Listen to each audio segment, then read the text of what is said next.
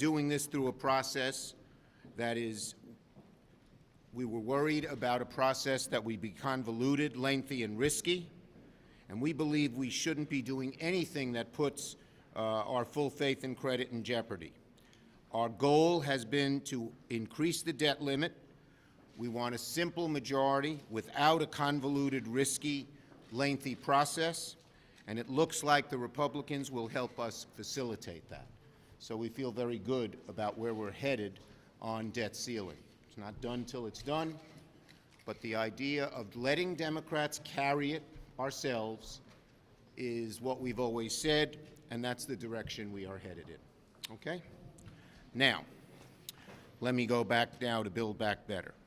So, Senate Democrats are focused on passing the Biden Build Back Better bill before Christmas, and I'm joined by Senators Casey and Warnock. Senator Duckworth was supposed to be here, but still at the White House, I believe, but is part of what may get here a little later.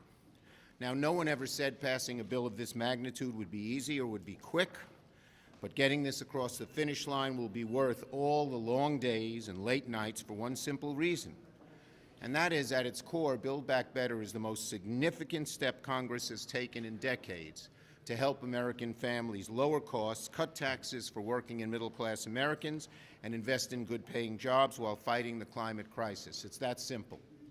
Build Back Better will make it cheaper for parents to raise their kids by providing the largest investment in child care in American history. It'll help our economy. Wherever you go, you hear about shortages of labor. One of the main reasons is inadequate child care. By expanding child care, we're going to help parents get back to work and expand the labor force in a very significant way. For the first time ever, America will get pre-K. That could save parents up to $8,600 a year per child. And Build Back Better will also extend the child tax credit that Democrats passed under the American Rescue Plan. This simple lifeline, $300 check in the mail for each child each month, has been a game changer to cut poverty in half. Build Back Better will also help the most at-risk Americans have some stability by providing the largest investment in public housing ever, and it'll save Americans even more money by making prescription drugs like insulin, which has skyrocketed in cost, cheaper. Build Back Better takes the long overdue steps to fight the climate crisis, which costs our country tens of billions of dollars each year. And we're going to put millions of people to work in good-paying jobs to help fight that crisis, with an emphasis on poorer people and people of color who will get job training and uplift our whole economy that way. We're going to continue working to get things done before the Christmas holiday. And one more point on this week. As we continue to learn more about the Omicron variant, it's an important moment for the federal government and national leaders to double and triple down on encouraging all eligible Americans to get vaccinated and boosted as soon as possible. This week, Republicans want to take us in the opposite direction with an anti-science, anti-vaccine vote that not only divides our country, but hurts our ability to fight COVID. If their plans go into effect, COVID will linger longer, and the chance of new variants and new, more dangerous variants occurring increases. It is anti-science, it is anti-common sense. It makes no sense. The Congressional Review Act resolution the Republicans are pushing would overturn the rule requiring businesses of more than 100 workers to require vaccinations. Overturning this common sense rule, which is for the good of America's health, is ridiculous, makes no sense, and Democrats believe it is the wrong way to go because the science is clear.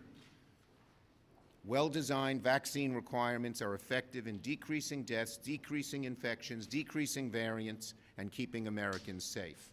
We do not want to go back to the days where people didn't believe in science, such as when they thought the Earth was the center of the universe.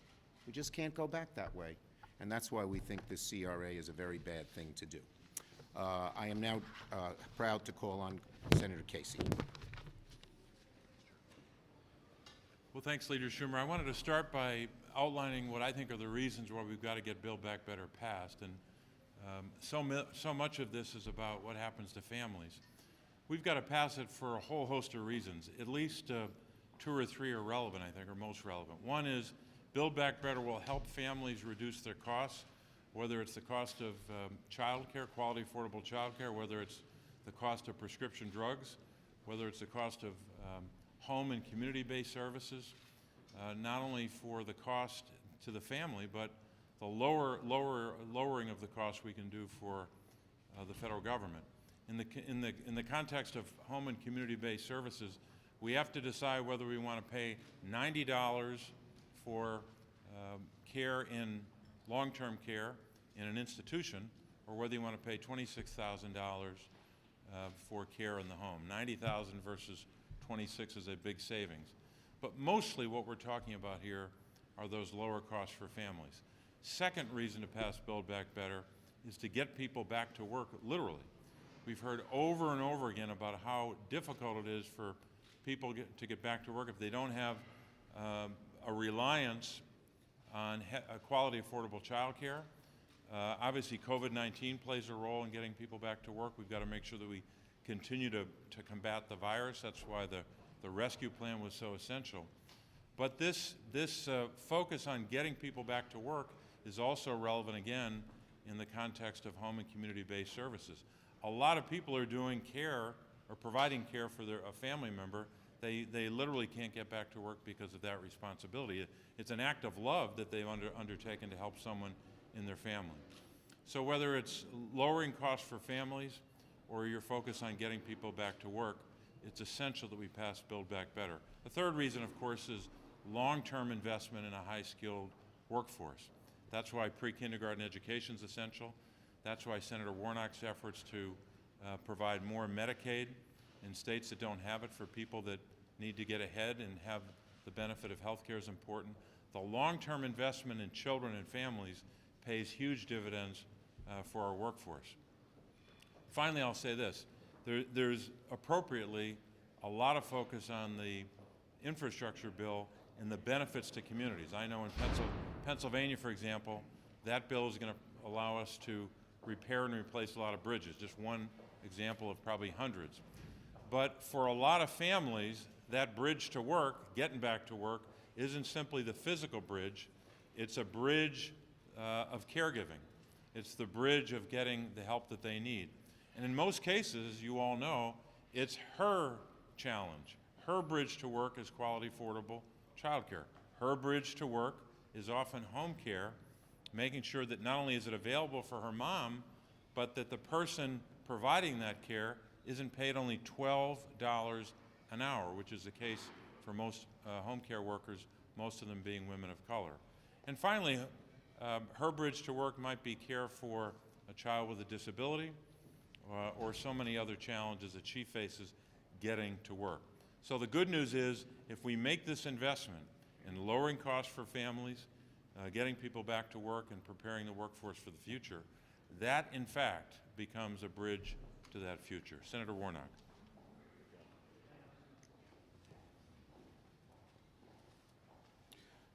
Build Back Better is about us doing the hard work, standing up for the hard-working families of America. And I'm so very proud, as one of the newest members of the Senate, to be a part of this hard work. It really is what matters. And a lot of the provisions that have already been lifted up are really about giving ordinary families a chance. Pre-K, child care, lowering the cost of prescription drugs. And one of my favorite provisions, the expanded child tax credit, which is the largest tax cut for hardworking families in American history. It cuts child poverty in half by 46% in the state of Georgia. I've talked to a lot of these families when they first started receiving this tax credit back in July as they were getting their kids ready for school. And what I was struck by is what poor people, what working people do when they're just given a little bit of breathing room, when they're given just a little bit of support, they buy extravagant things like food and coats for their kids and participation in an extracurricular activity that gives their child a chance. But what I really want to underscore as we talk about passing Build Back Better today is the closing of the coverage gap. We have some 4.4 million Americans, 646,000 Georgians in the coverage gap. The Affordable Care Act was passed more than a decade ago, and we're still pushing and trying to make sure that everybody is covered by this promise that we've made to the American people. Health care is a human right. And if it's a human right, it's not a human right in 38 states, it's a human right in every state. And so I'm grateful that we finally have a fix for the coverage gap. 646,000 Georgians, 4.4 million Americans, and we're largely talking about the working poor, folks who are not poor enough for conventional Medicaid, but they can't afford a private health insurance program, and so they go without any care at all in the richest country in the world. When I was running, I spent time in rural Georgia, where some 10 hospitals in 10 years have closed, largely because they don't have paying customers that they could have if these folks had coverage. And so we're going to continue to fight for this. I'm glad it's in the bill. I literally got arrested fighting for Medicaid expansion. And now my office is down the hall from the rotunda where I got arrested fighting for Medicaid expansion.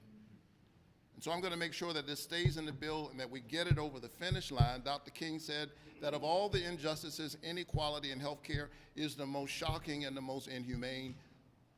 We're much better than this, and it's past time to get it done. I'm glad we are much closer today. Thank you. Okay. Questions? Yes, go ahead. How big will the increase in the debt limit be? Look, when the House sends the bill over, you will see that. The bottom line, again, I would just repeat what I said before.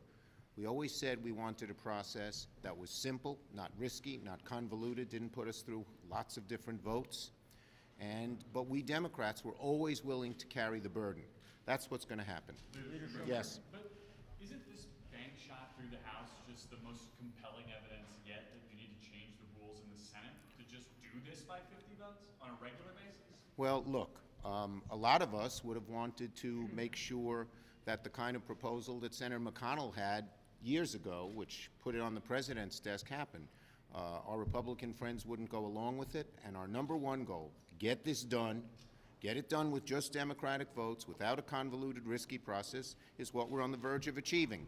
Yes? Is it your intention to bring up the House-approved NDAA as is, or will there be an opportunity to amend it? No, I mean, there have been four-corner negotiations on the NDAA.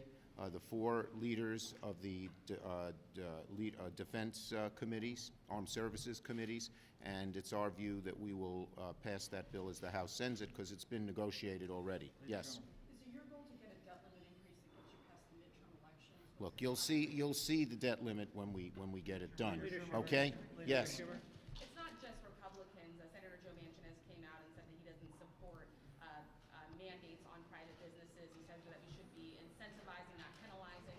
Are you disappointed by that? No, I think, look, the position to me is pretty clear, and that is that the more people that are vaccinated, the safer America will be, and we should encourage everything we can do to do it. That is the overwhelming view of the president and of the vast majority of Democrats. Yes. You've emphasized that members are ready to hold the burden on this debt, but are you comfortable still putting the number on it for your most vulnerable? As I said, the bottom line, get it done quickly, get it done with Democratic votes, not with a convoluted, lengthy process that's risky.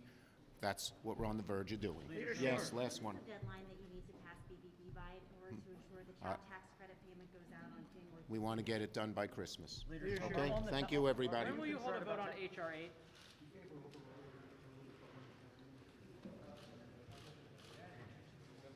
Dude, Chad.